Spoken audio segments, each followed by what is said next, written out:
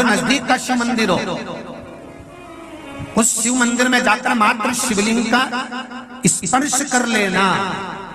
आप में से कितने लोग हैं जो शंकर जी के मंदिर में जाकर चंदन की 3 उंगलियां शिवलिंग पर घुमाते हैं? घुमाते हो ना शिवलिंग पर 3 उंगली? तो ये 3 उंगली घुमाने का फल क्या है?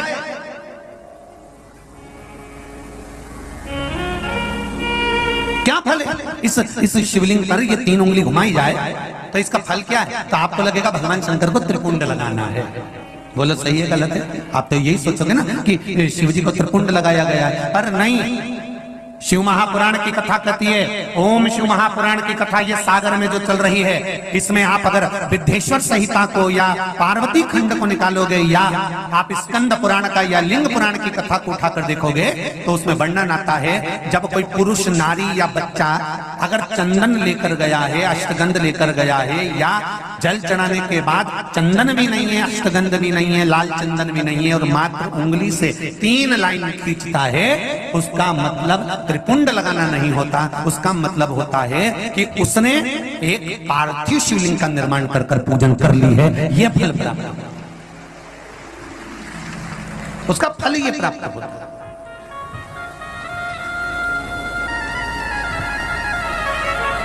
अब आप तो अभी तक सोचते थे कि हमने तो चंदन लगा दिया है, हम तो भगवान को चंदन की लाइन खींची, हम भगवान को त्रिपुंड बनाकर आए। त्रिपुंड नहीं,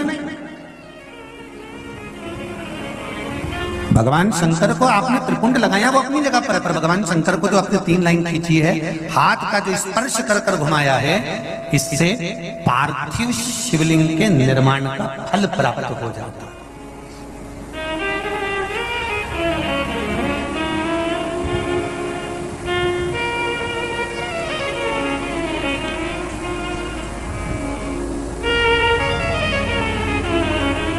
विशेष जब कामना रहती है, विशेष कामना, आज आपका मन कर गया 108 चावल के दाने मेरे को शिव जी को चढ़ाना है, 108 चावल के दाने मुझे शंकर भगवान को चढ़ाना। विशेष आज आपके मन में कोई मनोरथ बड़ा है, कोई कामना बड़ी है और बाबा से आपने विनती करी कि मेरा ये कार्य अटक रहा है, आप पूरा करोगे, मुझे विश्वास है। 108 चावल के दाने चढ़ाना है। आपने चंदन लगाया, हाथ की हथेली पर 108 चावल के दाने जो घर से गिनकर लेकर गए हो उसको हथेली में रखा। एक एक चावल का दाना नहीं चढ़ाया, हथेली में रखकर जो विशेष कामना, जैसे किसी कर्मकांडी ब्राह्मण से पूछा जाए, पूजन होने के बाद में विशेष अर्घ दिया जाता है, विशेष अर्घ।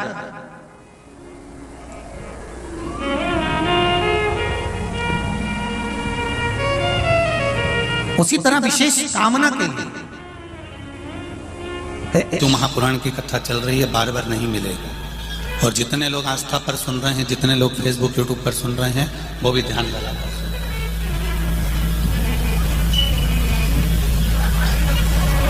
पुण्य शिव महापुराण की कथा की ये 3 बेलपत्र में 3 पत्तियां होती हैं।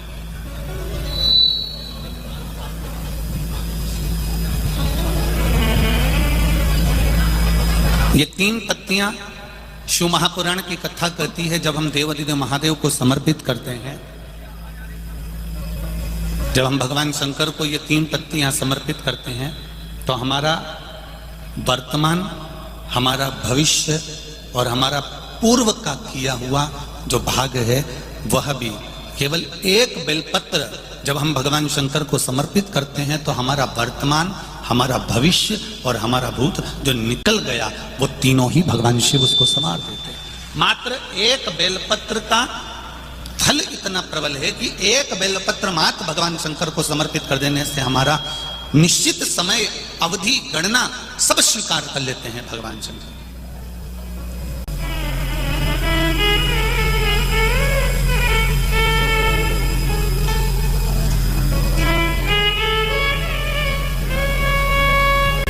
एक बेलपत्र की 3 पत्तियां नहीं है। एक बेलपत्र में जो ब्रह्मा विष्णु महेश हैं, एक बेलपत्र में जो हमारा जीवन है, एक बेलपत्र में जो हमारे देव अधिदेव महादेव विराजमान है, एक बेलपत्र में जो माँ जगज्जननी दुर्गा भवानी विराजमान है, एक बेलपत्र में जो नारायण लक्ष्मी विराजमान है, एक बेलपत्र में जो ब्रह्मा ब्रह्माणी विराजमान है, एक बेलपत्र के अंतर्गत जो मेरे देव अधिदेव महादेव की 64 योगनियां विराजमान है।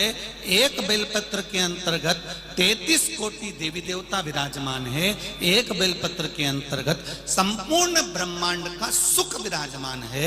वो बेलपत्र कोई साधारण नहीं होती। शिव को चढ़ा देने पर वो बेलपत्री का सुख हमारे जीवन पर्यंत।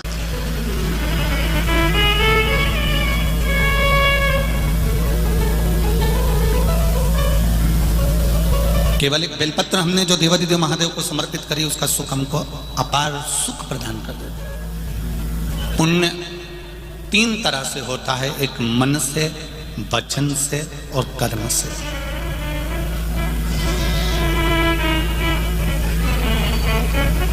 अब जरा ध्यान देना, मन से हम जिंदगी में कभी किसी के प्रति भेदभाव ना रखें। गलत अगर भोजन किया है तो हम गलत सोचेंगे, पर यदि भोजन करने के बाद भी हमने अगर भगवान के चरणारविंद का मात्र थोड़ा सा चरणोदक, थोड़ा सा अमृत तत्व ग्रहण कर लिया है, तो जो हमने भोजन ग्रहण भी करा है और मालूम पड़े कोई गलत जगह का भोजन कर लिया है और हमने शंकर भगवान पे चढ़ा हुआ वो जल थोड़ा सा हमने पी लिया है, तो हमारे भीतर अगर गलत भोजन चले भी गया है तो ये निश्चित है उस भोजन को शिव का चढ़ा हुआ चरणों तक पवित्र कर देता है, गंगा का जल मानकर उसको शुद्ध कर देता है।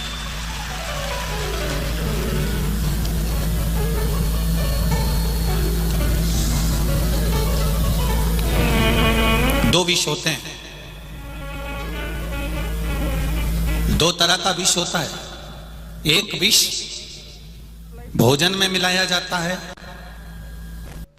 और एक विष कानों में मिलाया जाता है। जरा ध्यान देना मालेगांव वालों और जितने लोग आस्था चैनल पर सुन रहे हैं वो भी। एक विष भोजन में मिलाया गया है और एक विष कानों में घोला गया है। ये 2 विष हैं।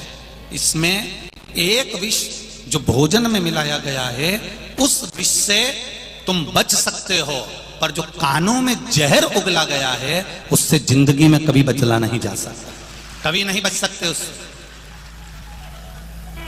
उससे kभी बचा नहीं जा सकता। आप उससे कितना भी प्रयास कर लो नहीं बच सकते।